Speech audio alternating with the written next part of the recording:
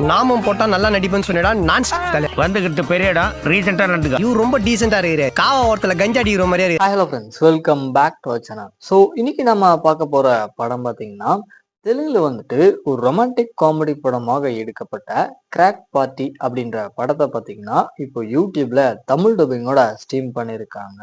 ஆக்சுவலா இந்த படம் பார்த்தீங்கன்னா பவானி ஹெச்டி அப்படின்ற யூடியூப் சேனல்ல வந்துட்டு தமிழ் டப்பிங்கோட அவைலபிளா இருக்கு.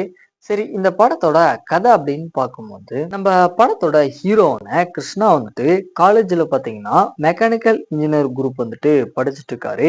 இவரோடு சேர்த்து ஒரு 6 ஃப்ரெண்ட்ஸ் பாத்தீங்கன்னா இவர் கூடவே வந்துட்டு எப்பவுமே இருப்பாங்க. ஸோ அப்பதான் மீரா அப்படின்ற இவர் காலேஜ் சீனியர் பொண்ணு பாத்தீங்கன்னா இவர் வந்துட்டு பார்த்து பேசி இவங்க 2 பேருக்குள்ளுமே ஒரு நல்ல ரிலேஷன்ஷிப் அப்படின்றது உருவாகுது.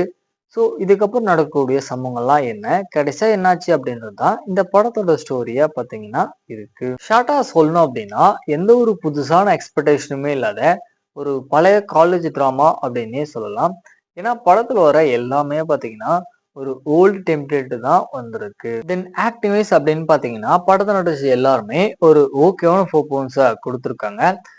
அதுக்கப்புறம் லவ் காமெடி இது எல்லாமே பார்த்தீங்கன்னா ஓரளவுக்கு நீட்டா ஒர்க் அவுட் ஆகிருந்துச்சு. தென் படத்துல தேவையே இல்லாத ஏகப்பட்ட சாங்ஸ் பார்த்தீங்கன்னா வச்சிருக்காங்க. ஸோ அது ஸ்க்ரீன் பிளே பார்த்தீங்கன்னா ரொம்பவே லேக் அடிக்குது. ஃபைனலாக வந்துட்டு இந்த படம் பார்த்தீங்கன்னா ஒரு ஆவரேஜான ஒன் டைம் வாட்சபிள் படமாக தான் வந்திருக்கு. டைம் இருந்தால் வேணா ட்ரை பண்ணி பாருங்க.